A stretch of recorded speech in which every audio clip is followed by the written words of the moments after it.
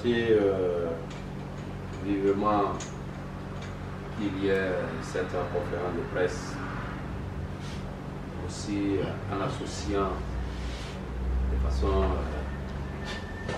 symbolique mais spirituelle lors de l'église de Côte d'Ivoire, parce que aujourd'hui c'est un grand jour pour moi, un bon jour qui est aussi un jour mitigé.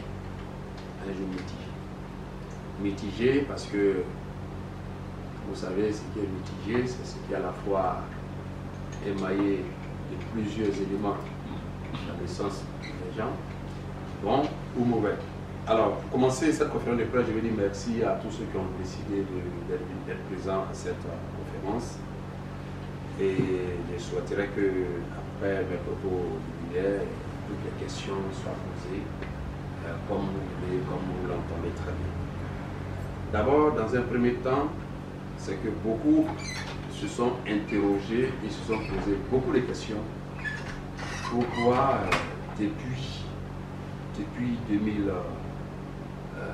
le prophète Ablegui, jusqu'en 2017, on l'entendait parler et après lors, c'est le silence.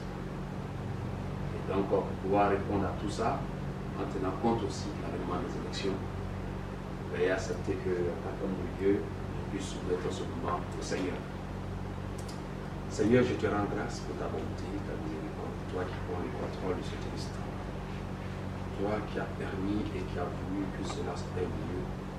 Maintenant, Seigneur, prends la direction et manifeste ta gloire, agis puissamment. Permets que ces propos puissent arriver dans les contrées, dans les cœurs, dans les dimensions, dans les volontés. Parce que Seigneur, tu sais pourquoi cette portée est utile. En son temps, tu l'as fait et tu ne fais exception de personne. Maintenant, tu le fais encore. Que ta grâce, que ta miséricorde soient manifestées. Permets des bonnes questions, des questions véritables, profondes. Ouvre l'entendement des uns des autres afin de comprendre toutes choses selon ta grâce. En ton nom, je prie. Amen. Amen. Alors, vous allez vous rendre compte que depuis 2017, celle-là a eu lieu, je peux dire à cette date a eu lieu mes dernières interventions. Mais de 2018 jusqu'à 2023, vous allez voir que le prophète Ablegui a cessé d'intervenir concernant l'actualité politique en Côte d'Ivoire, malgré tout ce qui pouvait être constaté. Mais il y avait un silence, il y avait un mutisme. Mais je souhaiterais que vous puissiez comprendre la profondeur de ces choses. Je tiens ici le livre de l'Odyssée, qui n'est qu'une poignée de visions et de révélations sur la Côte d'Ivoire. Je dis une poignée. Et si vous lisez très bien à l'intérieur de ce livre, vous allez vous rendre compte qu'une partie concerne les acteurs politiques de notre pays. À savoir le président Laurent Gbagbo, le président Feu Henri Konan Bédié et le président Alassane Ouattara. Dans ce livre, dans cette brochure, lorsque la vision a été donnée depuis 1996, l'élection 1996, répétée mais rendue publique en 2003, en 2003, le Seigneur montrait quels étaient les trois présidents, le sort des trois présidents de la Côte d'Ivoire. Et en 2003, le président Alassane Ouattara n'était pas président. Mais le simple fait de dire quel sera le sort des trois présidents, alors plusieurs avaient déjà taxé le prophète Ablegui d'être partisan du RDR. Pourquoi je dis que les trois présidents, donc c'est admettre qu'après le président Laurent Gbagbo, le président Alassane c'est le président là. Certes, pour Dieu c'était une évidence, mais pour nous c'était une révélation. Alors donc vous allez vous rendre compte que dans cette même brochure, voilà les trois révélations que tu donnes. 1. L'un des présidents sera pris, mais sa vie sera épargnée. 2. L'un sera pris dans un piège, l'on le divisera. 3. Le troisième sa mort, sa vie, sa mort est programmée. J'ai souffert à cause de ça. Sous l'ancien régime. Pourquoi je dis que tel sera président, même s'il y a une fin, on en parlera plus tard. L'expression d'une injustice. Pourquoi? L'injustice, c'est quoi? C'est là où il n'y a pas la justice. Là où il n'y a pas la justice, c'est l'instauration de la violence. La violence, la force.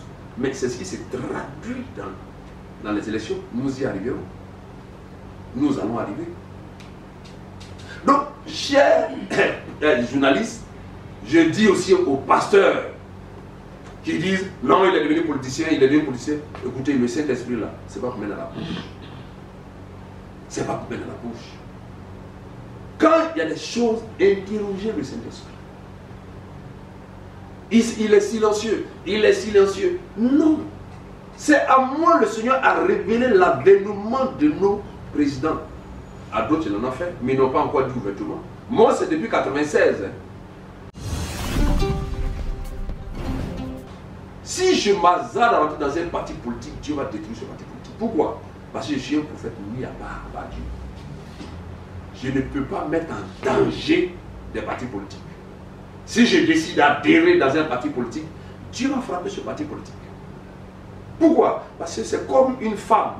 Tu as marié ta femme. Si quelqu'un veut prendre cette femme-là pour dire, il va faire de cela son truc, aller travailler. Si son mari ne veut pas, mais il va le faire parler à toi. Il y a des prophètes comme ça, qui sont mis à part. Dieu les a choisis, les a formés, les a préparés. Donc, ça c'est clair. Et puis de deux, nous sommes des prophètes de justice, de jugement. Quand Dieu veut détruire, il nous dit, on demande pardon, et nous ne sommes pas les seuls. Quand Dieu veut frapper, il nous dit, on s'en va intercéder, on donne pardon. On le fait à nos frères, même quand c'est nos ennemis. Même quand ce sont nos ennemis. Donc c'est pour vous dire, regardez, prenons un deuxième cas. Au temps de Laurent Gbagbo, nous avons acquis 24 hectares de terrain.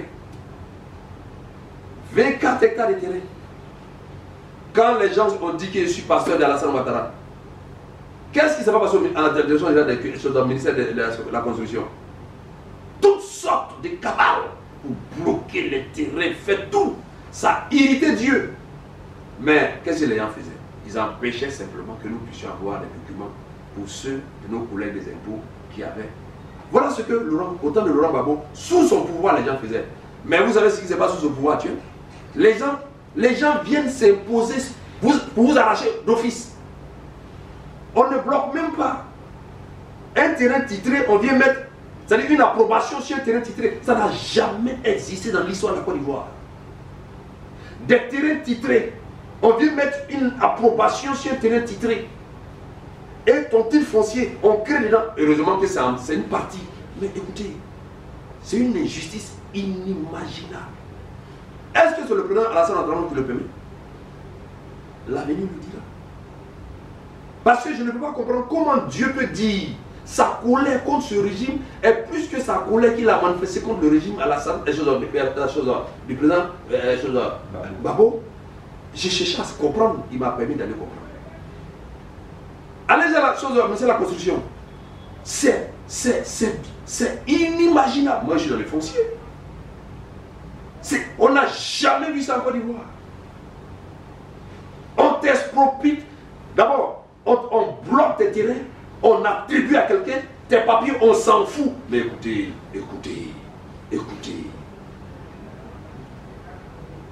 Les gens ne connaissent pas Dieu.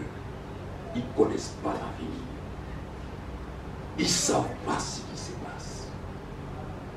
Ils ne savent rien. Ils connaissent ni le feu de Dieu, ni la colère de Dieu. Si ça n'était qu'à moi seul, là, que la main de Dieu soit étendue, que sa colère ne descende pas. Tous ceux qui le font, qui le font, allez au ministère de la Construction. Allez au ministère de la Construction. Mais au temps de Laurent Gbagbo, on n'a jamais atteint ce niveau-là. Mais est-ce qu'au temps de Laurent Gbagbo, c'était lui aussi qui a donné l'ordre de bloquer? Non.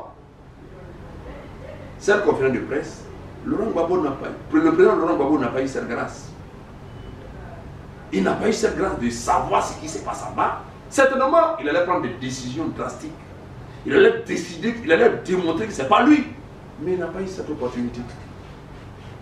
Il n'a pas eu cette opportunité. Des choses se passent dans les administrations, dans des bureaux, dans les privés, dans des endroits, partout dans les ministères. Est-ce que c'est le président Alassane qui l'a ordonné? Voilà la question qui se pose. Est-ce que c'est le président Alassane? Si oui, l'avenir le dira. Toujours est-il que nous devrons nous arranger. Je vais en arriver comme arriver sur les élections. Nous devons nous arranger pour ne pas que cette colère-là tombe. Je suis prophète de Dieu. Je parle quand Dieu dit de parler. Donc en matière de terrain, ce que nous subissons, on n'a jamais atteint ce niveau. Jamais. Tu as ton titre foncier, ça ne vaut rien aujourd'hui. Mais écoutez, allez-y aux impôts, on se pose la question, on est où? Moi-même, je suis spécialiste du foncier. Je n'ai jamais vu ça. Je n'ai jamais vu ça. En fait, Dieu a voulu que j'aille moi-même toucher le doigt l'injustice. Parce que on aime toujours dire, Seigneur ta grâce, pardon, Seigneur, il ne faut pas faire fusion ton feu. Je demande pardon, Seigneur, ainsi de suite. Va. Toi-même observe. 2018 jusqu'à 2023. Allez observer. Ça, c'est à mon niveau. Ça, c'est à mon niveau. C'est total. Alors, ça vous dit quoi? Quand Dieu dit quelque chose, il a raison. Prenons les élections. Moi, je viens de Mans. Mans était ma zone d'expérimentation et de collecte d'informations concernant la manifestation de l'injustice.